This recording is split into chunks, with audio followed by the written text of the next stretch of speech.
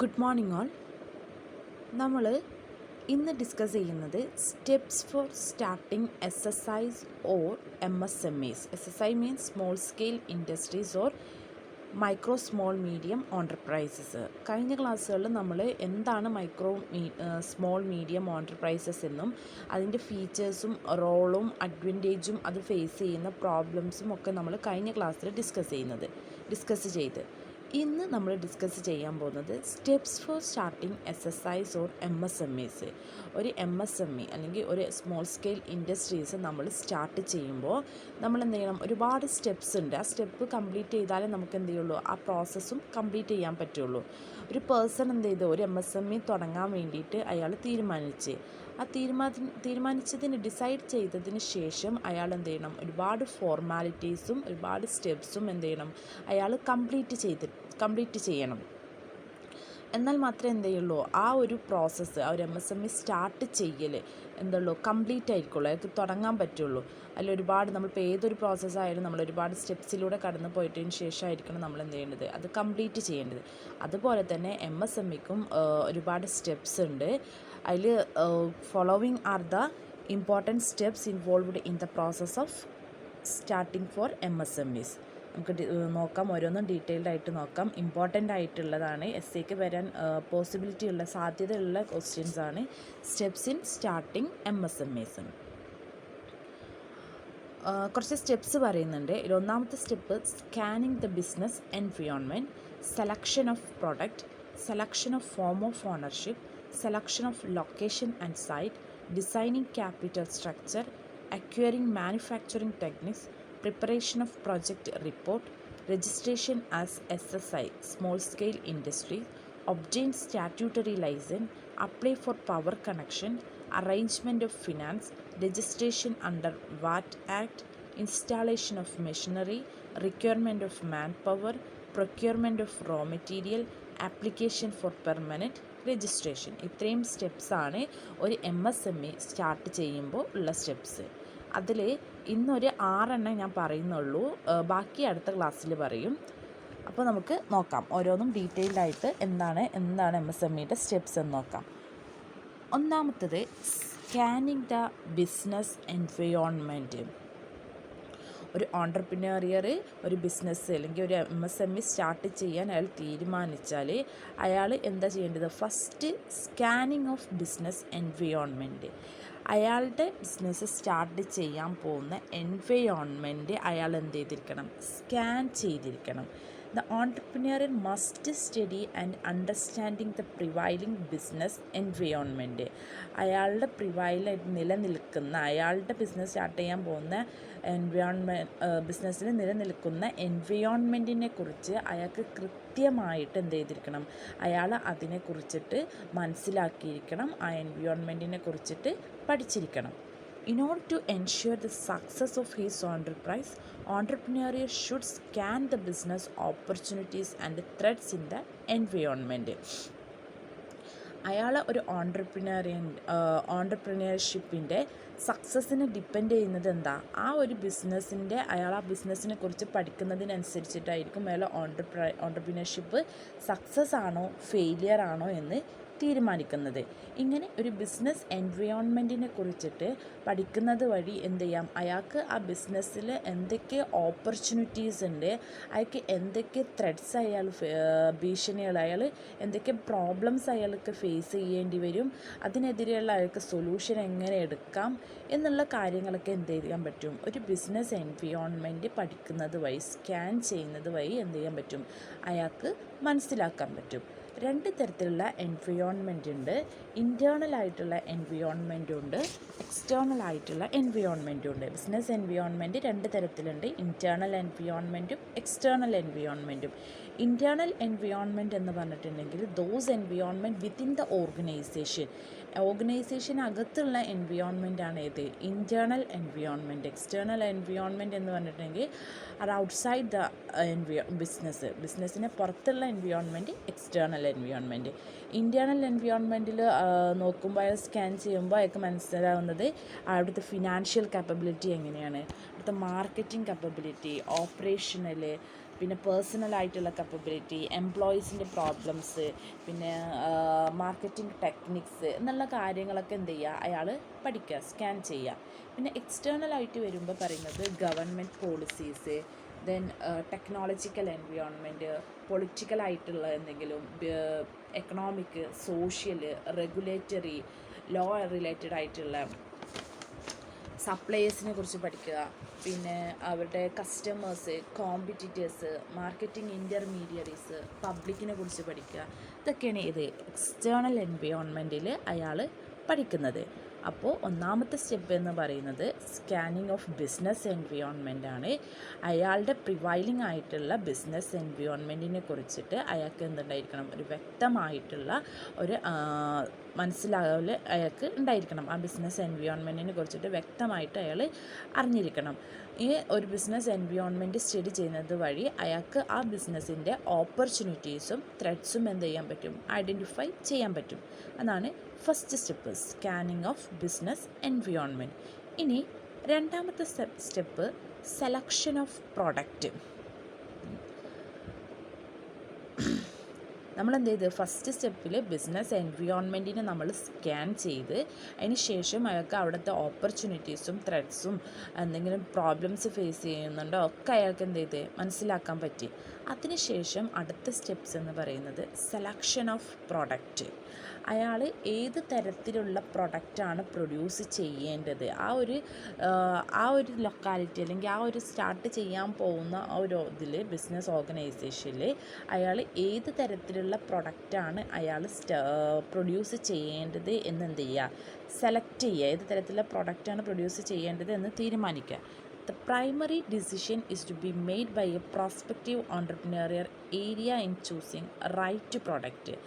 അയാൾക്ക് ശരിയായിട്ടുള്ള പ്രൊഡക്റ്റ് എന്ത് ചെയ്യുക, അയാൾ സെലക്ട് ചെയ്യുക.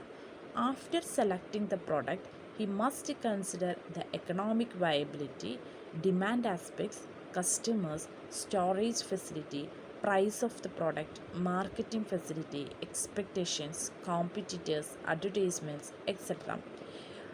അയാൾ ഒരു പ്രൊഡക്റ്റ് സെലക്ട് ചെയ്യുമ്പോൾ അയാൾ കൺസിഡർ ചെയ്യേണ്ട ചില ഫാക്ടേഴ്സ് ഉണ്ട്. ആ കൺസിഡർ ചെയ്യേണ്ട ഫാക്ടേഴ്സ് എന്ന് പറഞ്ഞാൽ ആ പ്രൊഡക്റ്റ് എക്കണോമിക്കലി വയബിൾ ആണോ, അതായത് എക്കണോമിക്കിന് അനുയോജ്യമായിട്ടുള്ള പ്രൊഡക്റ്റാണ്, അനുയോജ്യമായിട്ടുള്ള പ്രൊഡക്റ്റാണോ അയാൾ പ്രൊഡ്യൂസ് ചെയ്യുന്നത് എന്ന് നോക്കുക. ദെൻ അതിൻ്റെ ഡിമാൻഡ് ആസ്പെക്ട്സ്, അത് കസ്റ്റമേഴ്സ് എത്രത്തോളം ഡിമാൻഡ് വെക്കുന്നത്, ഡിമാൻഡ് കൂടുതലാണോ അതിന് കുറവാണോ, അങ്ങനെ കൂടുതൽ പ്രൊഡ്യൂസ് ചെയ്താൽ ഡിമാൻഡ് ഉണ്ടാവുമോ എന്നുള്ള കാര്യങ്ങളൊക്കെ എന്ത് ചെയ്യുക, അയാൾ ഡിമാൻഡ് ആസ്പെക്ട്സ് മനസ്സിലാക്കണം. ദെൻ കസ്റ്റമേഴ്സിനെ കുറിച്ച് സ്റ്റഡി ചെയ്യണം. കസ്റ്റമേഴ്സിന് ആ പ്രോഡക്റ്റ് സ്യൂറ്റബിൾ ആണോ, അവരത് വാങ്ങിക്കുമോ, അവർക്കത് അവരുടെ ആവശ്യങ്ങൾ നിറവേറ്റാനുള്ള പ്രൊഡക്റ്റ് ആണോ എന്നുള്ള കാര്യങ്ങളൊക്കെ എന്ത് ചെയ്യണം, കസ്റ്റമേഴ്സിനെ കുറിച്ചിട്ട് പഠിക്കണം. ദെൻ സ്റ്റോറേജ് ഫെസിലിറ്റി, ആ പ്രൊഡക്റ്റ് സ്റ്റോർ ചെയ്യാനുള്ള ഫെസിലിറ്റി ഉണ്ടോ. ഇപ്പോൾ ഫോർ എക്സാമ്പിൾ പറയുകയാണെങ്കിൽ ഇപ്പോൾ വേറെയുള്ള ഫിഷിംഗ് പ്രോഡക്റ്റ്സ് ഒക്കെയാണ് എന്ത് ചെയ്യുന്നത്, അയാൾ ഫിഷ് റിലേറ്റഡ് ആയിട്ടുള്ള പ്രോഡക്റ്റ്സ് ഒക്കെയാണ് പ്രൊഡ്യൂസ് ചെയ്യുന്നുണ്ടെങ്കിൽ അതിനെന്ത് ചെയ്യണം, സ്റ്റോറേജ് ഫെസിലിറ്റീസും കാര്യങ്ങളൊക്കെ എന്ത് ചെയ്യണം, വേണം. ആ സ്റ്റോറേജ് ഫെസിലിറ്റി അയാൾക്ക് ഉണ്ടോ എന്നുള്ളത് അയാൾ മനസ്സിലാക്കിയിട്ടായിരിക്കണം എന്ത് ചെയ്യേണ്ടത്, ആ പ്രൊഡക്റ്റ് ഡിസൈഡ് ചെയ്യേണ്ടത്. ദെൻ പ്രൈസ് ഓഫ് ദ പ്രൊഡക്റ്റിൻ്റെ പ്രൈസ് എത്ര ഫിക്സ് ചെയ്താലാണ് കസ്റ്റമേഴ്സ് വാങ്ങിക്കുക, അതിൽ കൂടുതൽ ഫിക്സ് ചെയ്താൽ കസ്റ്റമേഴ്സ് വാങ്ങിക്കോ, എത്ര ലാഭം എടുക്കണം, അതിനനുസരിച്ച് എത്ര പ്രൈസ് ഫിക്സ് ചെയ്യണം എന്നുള്ള കാര്യങ്ങളും നിങ്ങൾ എന്ത് ചെയ്യണം, കൺസിഡർ ചെയ്യണം. ദെൻ മാർക്കറ്റിംഗ് ഫെസിലിറ്റി, മാർക്കറ്റിലേക്ക് എത്താനുള്ള ഫെസിലിറ്റി ഉണ്ടോ, പ്രൊമോഷൻ മറ്റേ സെല്ലിങ് നടക്കുക, പിന്നെ സെയിൽസ് പ്രൊമോഷൻ ടെക്നിക്സ് എന്നുള്ള കാര്യങ്ങളൊക്കെ മാർക്കറ്റ് റിലേറ്റഡ് ആയിട്ടുള്ള കാര്യങ്ങളൊക്കെ അയാൾ നോക്കണം. ദെൻ എക്സ്പെക്റ്റേഷൻസ്, കസ്റ്റമേഴ്സ് ഈ പ്രൊഡക്റ്റിനെ കുറിച്ചിട്ട് എത്രത്തോളം എക്സ്പെക്റ്റ് ചെയ്യുന്നുണ്ട് എന്ന് അയാൾ മനസ്സിലാക്കണം. ദെൻ കോമ്പറ്റീറ്റേഴ്സ്, മറ്റുള്ള കോമ്പറ്റീറ്റേഴ്സ് എത്ര പ്രൈസിനാണ് വെക്കുന്നത്, അവരുടെ ഇടയിൽ പിടിച്ച് നിൽക്കാൻ പറ്റുമോ, അങ്ങനത്തെ കാര്യങ്ങളും. ദെൻ അതിന് ആ ഒരു പ്രോഡക്റ്റിനുള്ള അഡ്വർടൈസ്മെൻറ്റ് കോസ്റ്റും അത് അഡ്വർടൈസ്മെൻറ്റിനുള്ളതും ഒക്കെ കാര്യങ്ങൾ എന്ത് ചെയ്യണം, അയാൾ മനസ്സിലാക്കിയിരിക്കണം. എന്നിട്ടായിരിക്കണം ഈ കാര്യങ്ങളൊക്കെ നോക്കിയിട്ട്, അതായത് എക്കണോമിക് വയബിൾ ആണോ അല്ലയോ, അതിൻ്റെ ഡിമാൻഡ്, കസ്റ്റമേഴ്സിനെ കുറിച്ച് പഠിക്കുക, മാർക്കറ്റിംഗ് ഫെസിലിറ്റി, കസ്റ്റമേഴ്സ് എത്രത്തോളം അതിനെ എക്സ്പെക്റ്റ് ചെയ്യുന്നുണ്ട്, കോമ്പറ്റീറ്റേഴ്സ് എങ്ങനെയാണ് എന്നുള്ള കാര്യങ്ങളൊക്കെ നോക്കിയിട്ടായിരിക്കണം അയാൾ എന്ത് ചെയ്യേണ്ടത്, അയാൾ ഒരു പ്രൊഡക്റ്റ് സെലക്ട് ചെയ്യേണ്ടത്.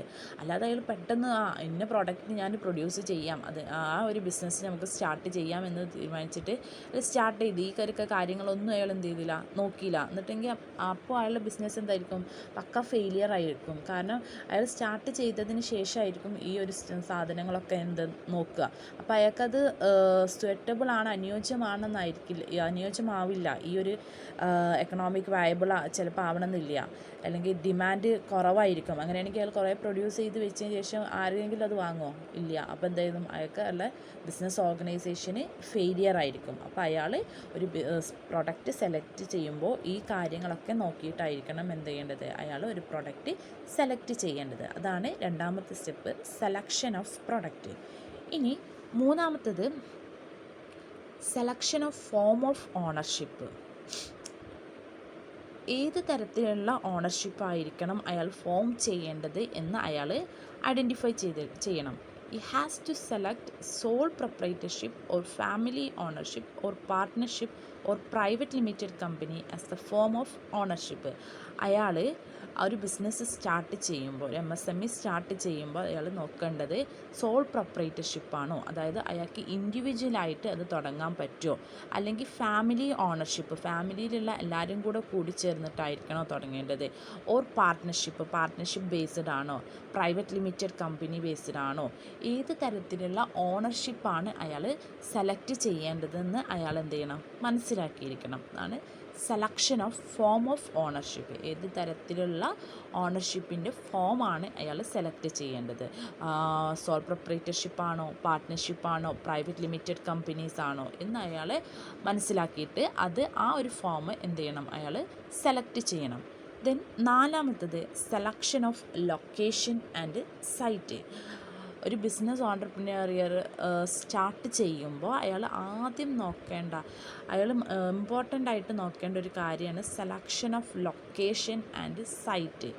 ഏതൊരു ലൊക്കേഷനിലായിരിക്കണം അയാളുടെ ബിസിനസ് ഓർഗനൈസേഷൻ അയാൾ സ്റ്റാർട്ട് ചെയ്യേണ്ടത്, അതായത് ബിൽഡിങ്ങും കാര്യങ്ങളൊക്കെ അയാൾ ഏത് സൈറ്റിലായിരിക്കണം അയാൾ സ്റ്റാർട്ട് ചെയ്യേണ്ടത് എന്ന് അയാൾ തീരുമാനിക്കണം. Location determines the success or failure of the enterprise. ആ ഒരു ഓൺടർപ്രൈസിൻ്റെ സക്സസ്സും ഫെയിലിയറും തീരുമാനിക്കുന്നത് ഏതായിരിക്കും, ആ ഒരു ലൊക്കേഷനായിരിക്കും. ഇപ്പോൾ ഫോർ എക്സാമ്പിൾ പറയുകയാണെങ്കിൽ ഇപ്പോൾ അയാളൊരു ബിസിനസ് ഓർഗനൈസേഷൻ സ്റ്റാർട്ട് ചെയ്ത് ഇപ്പോൾ ഒരു റൂറൽ ഏരിയാസിലാണ് എന്ത് ചെയ്ത് അയാൾ സ്റ്റാർട്ട് ചെയ്തത്. ആ റൂറൽ ഏരിയാസിൽ ആരും വരാത്തൊരു ഏരിയയിൽ, അല്ലെങ്കിൽ ഇപ്പോൾ ട്രാൻസ്പോർട്ടേഷൻ ഫെസിലിറ്റി ഒന്നുമില്ല, സ്റ്റോറേജ് ഫെസിലിറ്റിയും കാര്യങ്ങളൊന്നുമില്ല, കമ്മ്യൂണിക്കേഷൻ ഒന്നുമില്ല, ആ ഒരു ഏരിയയിലാണ് അയാൾ സ്റ്റാർട്ട് ചെയ്തിട്ടുണ്ടെങ്കിൽ അയാളുടെ ബിസിനസ് എന്തായിരിക്കും, പക്ക ഫെയിലിയർ ആയിരിക്കും. അയാൾക്ക് സക്സസ്സിലോട്ട് എത്താൻ പറ്റില്ല. കാരണം ഇത്രയും ഫെസിലിറ്റീസും കാര്യങ്ങളും ഒന്നും അയാൾക്കില്ല. ആ ഒരു കേസിൽ അയാൾക്ക് അയാളുടെ ബിസിനസ് ഓർഗനൈസേഷൻ എന്ത് ചെയ്യാൻ പറ്റില്ല, മുന്നോട്ട് പോകേണ്ടി പറ്റില്ല, അയാൾക്ക് ഷട്ട് ഡൗൺ ചെയ്തേ പറ്റുള്ളൂ. അപ്പോൾ ഈ ലൊക്കേഷനാണ് എന്ത് തീരുമാനിക്കുന്നത്, ഒരു ബിസിനസ് ഓർഗനൈസേഷൻ്റെ സക്സസ്സും ഫെയിലിയറും തീരുമാനിക്കുന്നത് അതിൻ്റെ ലൊക്കേഷനാണ്. Location is selected after considering certain factors. നമ്മളൊരു ഓൺടർപ്രനറിയർ നമ്മളൊരു ലൊക്കേഷൻ സ്റ്റാർട്ട് ചെയ്യുമ്പോൾ ചില ഫാക്ടേഴ്സ് എന്ത് ചെയ്യണം, നമ്മൾ കൺസിഡർ ചെയ്യണം. ആ ചില ഫാക്ടേഴ്സ് നിയർനെസ് ടു മാർക്കറ്റിനോട് അടുത്തുള്ളതാണോ എന്ന് എന്ത് ചെയ്യണം, ആ ലൊക്കാലിറ്റി നോക്കണം. കാരണം അവിടുന്ന് പ്രൊഡ്യൂസ് ചെയ്ത് ആ ഒരു ഓർഗനൈസേഷന് പ്രൊഡ്യൂസ് ചെയ്ത് എത്രയും പെട്ടെന്ന് എന്ത് ചെയ്യണം, അത് മാർക്കറ്റിൽ എത്തിച്ചാൽ മാത്രമേ എന്ത് ചെയ്യാൻ പറ്റുള്ളൂ, സെയിൽ നടത്താൻ പറ്റുള്ളൂ. അപ്പോൾ എത്രയും പെട്ടെന്ന് മാർക്കറ്റിലോട്ട് എത്തുന്ന ഒരു രീതിയിലുള്ള ഒരു ഏരിയ ആയിരിക്കണം അയാൾ എന്ത് ചെയ്യേണ്ടത്, സെലക്ട് ചെയ്യേണ്ടത്. Then sources of material and labour, availability of material. ആ ഒരു ഏരിയയിൽ നിന്ന്, ആ ലൊക്കാലിറ്റിയിൽ നിന്ന് നമുക്ക് ഈസി ആയിട്ട് മെറ്റീരിയലും ലേബറും നമുക്ക് അവൈലബിൾ ആവാൻ പറ്റുമോ. Then modern infrastructural facilities, modern ആയിട്ടുള്ള ഇൻഫ്രാസ്ട്രക്ചറൽ ഫെസിലിറ്റീസ് അവിടെ ഉണ്ടോ. Then transportation, warehousing facility, then എൻവിയോൺമെൻറ്റിൽ എന്തെങ്കിലും പ്രോബ്ലംസ് ഫേസ് ചെയ്യുന്ന ഒരു ഏരിയ ആണോ, പിന്നെ ഡ്രൈനേജ് ഫെസിലിറ്റീസ്, മറ്റുള്ള എൻവിയോൺമെൻറ്റൽ പൊല്യൂഷൻ കാര്യങ്ങൾ ഒക്കെ അവിടെ ഉണ്ടോയെന്ന് എന്ത് ചെയ്യണം, അയാൾ കൺസിഡർ ചെയ്തിട്ടായിരിക്കണം എന്ത് ചെയ്യേണ്ടത്, അയാൾ ഒരു ലൊക്കേഷൻ അല്ലെങ്കിൽ ഒരു സൈറ്റ് അയാൾ സെലക്ട് ചെയ്യേണ്ടത്. എൻവിയോൺമെൻറ്റ് പൊല്യൂഷൻ എന്ന് വെച്ചാൽ അയാളുടെ ഓർഗനൈസേഷൻ എന്തെങ്കിലും പൊല്യൂഷന് പ്രൊഡ്യൂസ് ചെയ്യുമ്പോൾ എന്തെങ്കിലും പൊല്യൂഷൻ ഉണ്ട്, അത് പ്രൊഡ്യൂസ് ചെയ്യുമ്പോൾ എന്തെങ്കിലും പൊല്യൂഷൻ ഉണ്ടെങ്കിൽ അത് സോൾവ് ചെയ്യാനുള്ള ഒരു റെമഡിയും കൂടെ അയാൾ എന്ത് എടുത്തിരിക്കണം. അങ്ങനെ എടുക്കാനുള്ള കഴിവുള്ള ഒരു ഏരിയ ആയിരിക്കണം എന്ത് ചെയ്യേണ്ടത്, അയാൾ സെലക്ട് ചെയ്യേണ്ടത്. ഇതാണ് selection of location and site. ഇനി അഞ്ചാമത്തതാണ് ഡിസൈനിങ് ദ ക്യാപിറ്റൽ സ്ട്രക്ചർ. നമ്മളിപ്പോൾ നമ്മൾ ബിസിനസ് എൻവിയോൺമെൻറ്റിനെ സ്കാൻ ചെയ്ത് അതിനുശേഷം നമ്മൾ പ്രൊഡക്റ്റ് സെലക്ട് ചെയ്ത് അതിനുശേഷം ഏത് ഫോം ഓഫ് ഓണർഷിപ്പാണ് വേണ്ടത്, സോൾ പ്രൊപ്പറേറ്റർഷിപ്പാണോ, ഫാമിലി ഓണർഷിപ്പാണോ, പാർട്ട്ണർഷിപ്പാണോ എന്ന് നമ്മൾ സെലക്ട് ചെയ്ത് അതിനുശേഷം നമ്മുടെ ബിസിനസ് ഏതൊരു ലൊക്കേഷനിലാണ് ലൊക്കേറ്റ് ചെയ്യേണ്ടത്, അതിൻ്റെ സൈറ്റും കാര്യങ്ങളും ഒക്കെ നമ്മൾ ഡിസൈഡ് ചെയ്ത്. ഇനി നെക്സ്റ്റ് സ്റ്റെപ്പ് എന്ന് പറയുന്നത് designing the capital structure. Capital structure എങ്ങനെയായിരിക്കണം എന്നാണ് നമ്മൾ ഡിസൈഡ് ചെയ്യേണ്ടത്. The entrepreneurial has to decide the capital structure and the sources to which the capital is procured. Entrepreneurship start ചെയ്യാൻ വേണ്ടിയിട്ട് അയാൾ ഏത് തരത്തിലുള്ള ക്യാപിറ്റൽ സ്ട്രക്ചറാണ് ആ ഓർഗനൈസേഷന് വേണ്ടത്, ആ ക്യാപിറ്റൽ സ്ട്രക്ചർ ഫോം ചെയ്യാൻ വേണ്ടിയിട്ടുള്ള ക്യാപിറ്റൽ എവിടെ നിന്നൊക്കെ പ്രൊക്യൂർ ചെയ്യാൻ പറ്റും എന്നുള്ള കാര്യങ്ങളൊക്കെ എന്ത് ചെയ്യണം, അയാൾ ഡിസൈഡ് ചെയ്തിരിക്കണം. ക്യാപിറ്റൽ ഫോർ എക്സാമ്പിൾ ഇപ്പോൾ കട ആയിട്ടായിരിക്കും ക്യാപിറ്റൽ വാങ്ങുക, അപ്പോൾ നമ്മൾ മറ്റുള്ള ഫ്രണ്ട്സ് ആൻഡ് റിലേറ്റീവ്സിൽ നിന്ന് വാങ്ങാം, അല്ലെങ്കിൽ ഫിനാൻഷ്യൽ ഇൻസ്റ്റിറ്റ്യൂഷൻസ് വന്ന് വാങ്ങാം, അല്ലെങ്കിൽ ബാങ്ക്സിൽ നിന്ന് കട എടുക്കാം. അങ്ങനെയുള്ള എവിടെ നിന്നാണോ അയാൾക്ക് ക്യാപിറ്റൽ പ്രൊക്യൂർ ചെയ്യാൻ പറ്റുന്നത്, ആ ഒരു എവിടെ നിന്നാണ് പ്രൊക്യൂർ ചെയ്യാൻ പറ്റുന്നത് അതെന്ത് ചെയ്യണം, അയാൾ സെലക്ട് ചെയ്യണം. പിന്നെ ക്യാപിറ്റൽ സ്ട്രക്ചറും കൂടി അയാൾ എന്ത് ചെയ്യണം, ഡിസൈഡ് ചെയ്യണം. അതാണ് ഡിസൈഡിങ് ക്യാപിറ്റൽ സ്ട്രക്ചർ. ഇനി ആറാമത്തത് acquiring manufacturing know how or technology.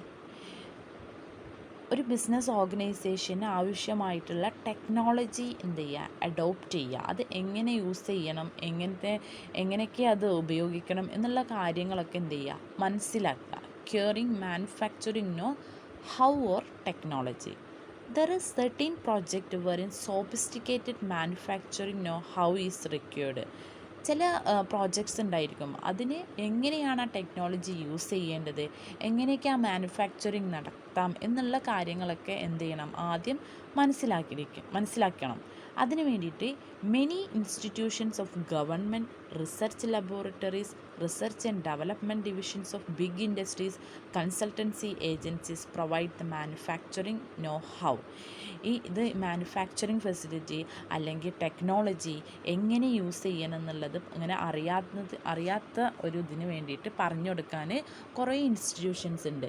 ഗവൺമെൻറ്റിൽ കുറേ ഇൻസ്റ്റിറ്റ്യൂഷൻസ് ഉണ്ട്, research laboratories, research and development divisions, then consultancy agencies ഒക്കെ എന്ത് ചെയ്യുന്നുണ്ട്, ഒരു മാനുഫാക്ചറിങ് എങ്ങനെ യൂസ് ചെയ്യണം, ആ ടെക്നോളജി എങ്ങനെ യൂസ് ചെയ്യണം എന്നുള്ള കാര്യങ്ങളൊക്കെ പറഞ്ഞു തരുന്നുണ്ട്. അതാണ് acquiring manufacturing know how or technology. Then ഏഴാമത്തെ step preparation of project report. എന്ത് ചെയ്യുക, ഒരു ബിസിനസ് സ്റ്റാർട്ട് ചെയ്തതിന് എന്ത് ചെയ്യണം, ഒരു പ്രൊജക്റ്റ് റിപ്പോർട്ട് ആ ഒരു ഓൺട്രപ്രനറിയർ പ്രിപ്പയർ ചെയ്യണം. An entrepreneurial may get these reports done by a consultant or technical consultancy organization. ഈ ഒരു പ്രൊജക്റ്റ് റിപ്പോർട്ട് പ്രിപ്പയർ ചെയ്യുന്നത് ആരായിരിക്കും, കൺസൾട്ടൻറ്റോ അല്ലെങ്കിൽ ഏതെങ്കിലും ടെക്നിക്കൽ കൺസൾട്ടൻസി ഓർഗനൈസേഷനോ ആയിരിക്കും. ആർക്ക് പ്രിപ്പയർ ചെയ്തെടുക്കുക, ഈ ഒരു ആൾക്ക്, ഈ ഓൺട്രപ്രനറിയർക്ക് ഈ ഒരു പ്രൊജക്റ്റ് റിപ്പോർട്ട് പ്രിപ്പയർ ചെയ്ത് കൊടുക്കുക. ഈ project report usually covers important items like sources of finance, availability of machinery, sources of raw material and labour, profitability etcetera. ഈ റിപ്പോർട്ടിൽ കണ്ടെയ്ൻ ചെയ്യേണ്ട ചില കാര്യങ്ങൾ എന്തെന്ന് വെച്ചാൽ, ഒന്നാമത്തത് സോഴ്സസ് ഓഫ് ഫിനാൻസ്. ഈ ഏത് തരത്തിലുള്ള ഫിനാൻസാണ് ആ ഓർഗനൈസേഷനിൽ യൂസ് ചെയ്തിട്ടുള്ളത്. ഇപ്പോൾ അയാളുടെ സ്വന്തമായിട്ടുള്ള ക്യാഷ് ആയിരിക്കാം, അല്ലെങ്കിൽ ഫാമിലി ആൻഡ് റിലേറ്റീവ്സിൻ്റെ അടുത്ത് നിന്ന് കടം വാങ്ങിയ ക്യാഷ് ആയിരിക്കാം, അല്ലെങ്കിൽ ഫിനാൻഷ്യൽ ഇൻസ്റ്റിറ്റ്യൂഷൻസിൽ നിന്ന്, അല്ലെങ്കിൽ ബാങ്കിൽ നിന്ന്, ഇങ്ങനെയുള്ള ഏത് സോഴ്സസ് ഓഫ് ഫിനാൻസാണ് അയാൾ യൂസ് ചെയ്തിട്ടുള്ളത്. ദെൻ അവൈലബിലിറ്റി ഓഫ് മെഷീനറിയുടെ അവൈലബിലിറ്റി എത്രത്തോളം ഉണ്ട്. Then sources of raw material and labour, raw material എത്രത്തോളം ഉണ്ട്, അതിലെ ലേബർ എത്രയുണ്ട്, അതിൽ ജോലിക്കാർ എത്രയുണ്ട്, ദെൻ അതിൻ്റെ പ്രോഫിറ്റബിലിറ്റി എത്രയാണ്, അതിൽ ലോസിലാണോ പോകുന്നത് എന്നുള്ള കാര്യങ്ങളൊക്കെ എന്ത് ചെയ്യണം, ആ റിപ്പോർട്ടിൽ ഇൻക്ലൂഡ് ചെയ്തിരിക്കണം. എന്നാലും ഒരാൾക്ക് ഇപ്പോൾ നമ്മളൊരു പ്രൊജക്റ്റ് റിപ്പോർട്ട് കാണിക്കും, ഇപ്പോൾ അതോറിറ്റീസിന് കൺസേൺഡ് ആയിട്ടുള്ള അതോറിറ്റീസിന് എന്ത് ചെയ്തിരിക്കണം, ഈ പ്രൊജക്റ്റ് റിപ്പോർട്ട് കാണിക്കണം. എന്നാൽ മാത്രമേ എന്ത് ചെയ്യുള്ളൂ, ആ അതോറിറ്റി സാങ്ഷൻ ചെയ്യുള്ളൂ. അതായത് ആ ഓർഗനൈസേഷൻ സ്റ്റാർട്ട് ചെയ്യാൻ വേണ്ടിയിട്ട് അയാൾ സാങ്ഷൻ ചെയ്യുള്ളൂ. അപ്പോൾ അയാൾ നോക്കുക ഈ പ്രൊജക്റ്റ് റിപ്പോർട്ടായിരിക്കും. റിപ്പോർട്ട് നോക്കുമ്പോൾ അയാൾ ആ ഓർഗനൈസേഷനെ കുറിച്ചിട്ടുള്ള എന്തൊക്കെ കാര്യങ്ങളുണ്ടോ അതൊക്കെ എന്ത് ചെയ്തിരിക്കണം, ആ ഒരു റിപ്പോർട്ടിൽ ഇൻക്ലൂഡ് ചെയ്തിരിക്കണം. That is preparation of project report. Then 8ാമത്തെ സ്റ്റെപ്പ് എന്ന് പറഞ്ഞിട്ടുണ്ടെങ്കിൽ registration as a small scale industry. എന്ത് ചെയ്യണം, സ്മോൾ സ്കെയിൽ ഇൻഡസ്ട്രി നമ്മൾ രജിസ്റ്റർ ചെയ്യണം. Registration with department of industries and commerce is an only optional. ഈ ഒരു സ്മോൾ സ്കെയിൽ ഇൻഡസ്ട്രി രജിസ്റ്റർ ചെയ്യുക എന്നുള്ളത് എന്താ, ഓപ്ഷണലാണ്, കമ്പൽസറി അല്ല, നിർബന്ധമില്ല എന്ത് ചെയ്യണം, രജിസ്റ്റർ ചെയ്യണമെന്ന്. അത് ഓപ്ഷണലാണ്. വേണമെങ്കിൽ എന്ത് ചെയ്യുക, രജിസ്റ്റർ ചെയ്യാം, അല്ലെങ്കിൽ എന്ത് ചെയ്യേണ്ട, രജിസ്റ്റർ ചെയ്യണ്ട. പക്ഷേ രജിസ്റ്റർ ചെയ്യാൻ ചില കാര്യങ്ങളുണ്ട്. But small scale industries can avail the various facilities, incentives and concession offered by the government only if they get registered as a SSI. എന്ത് ചെയ്യണം, ഒരു സ്മോൾ സ്കെയിൽ ഇൻഡസ്ട്രി ആയിട്ട് ആ ഒരു ഓർഗനൈസേഷൻ രജിസ്റ്റർ ചെയ്താൽ മാത്രമേ എന്ത് ചെയ്യുള്ളൂ, ഗവൺമെൻറ്റിൽ നിന്ന് കിട്ടുന്ന വാരിയസ് ഫെസിലിറ്റീസും ഇൻസെൻറ്റീവ്സും കൺസെഷനും ഒക്കെ എന്ത് ചെയ്യുള്ളൂ, ഗവൺമെൻറ്റിൽ നിന്ന് കിട്ടുള്ളൂ. ഗവൺമെൻറ്റിൽ നിന്ന് അത് കിട്ടുമ്പോൾ ആദ്യം ഗവൺമെൻറ് നോക്കുക അതൊരു സ്മോൾ സ്കെയിൽ ഇൻഡസ്ട്രി ആയിട്ട് രജിസ്റ്റർ ചെയ്തിട്ടുണ്ടോ എന്നതാണ്. രജിസ്റ്റർ ചെയ്തിട്ടുണ്ടെങ്കിൽ മാത്രമേ എന്ത് ചെയ്യുള്ളൂ, ഇത്രയും ഫെസിലിറ്റീസ് അവർക്ക് ഗവൺമെൻറ് കൊടുക്കുള്ളൂ. അപ്പോൾ നമ്മൾ registration as a small scale industry എന്ത് ചെയ്യുക, ഒരു സ്മോൾ സ്കെയിൽ ഇൻഡസ്ട്രി ആയിട്ട് ആ ഒരു ഓർഗനൈസേഷനെ രജിസ്റ്റർ ചെയ്യുക. രജിസ്റ്റർ ചെയ്യേണ്ടത് എന്നത് എന്താ, ഓപ്ഷണലാണ്, കമ്പൽസറി അല്ല, നിർബന്ധമില്ല, അതെന്താ ഓപ്ഷണലാണ്.